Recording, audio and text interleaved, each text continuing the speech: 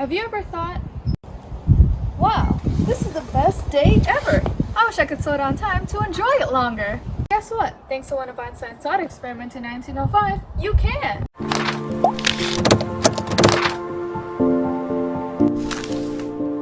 First, let's imagine that you're at a train station and you see a train passing by.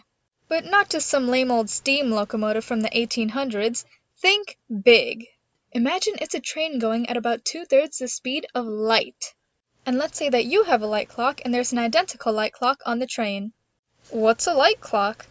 A light clock is made of two mirrors facing each other, and there's a photon of light being reflected between them. And let's say it takes exactly 1 second for the light to bounce from one mirror to the other. Since you're standing still, the photon in your light clock is simply moving up and down.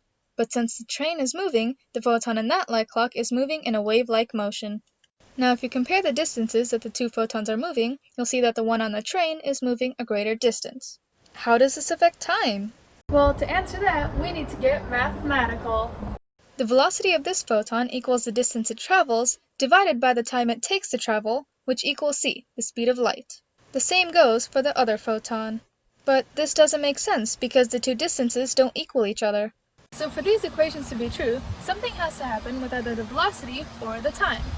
Well, Einstein said that the speed of light is a universal constant at 300 million meters per second, and that will never change. Never, ever, ever. So something has to happen with the time in order for this to work. The time it takes for the photon to get from one mirror to the other is still 1 second, so the second just has to be slower for the light clock on the train. If time moves slower on the train, it allows the photon to travel that greater distance in the same amount of time and the same velocity as the photon on our stationary light clock. Einstein defined this as time dilation, where an object that moves faster through space travels slower through time. Einstein discusses this phenomenon of relativistic time in detail in his theory of relativity. He explains how time can dilate when moving at certain speeds or being near a strong gravitational force.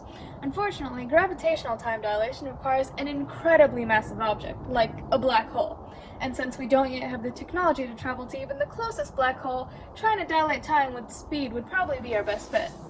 But don't start celebrating just yet, because unfortunately the time dilation only gets substantial nearing the speed of light. The closer you get to the speed of light, the slower time moves for you. And if you're moving at the speed of light, time basically stops for you.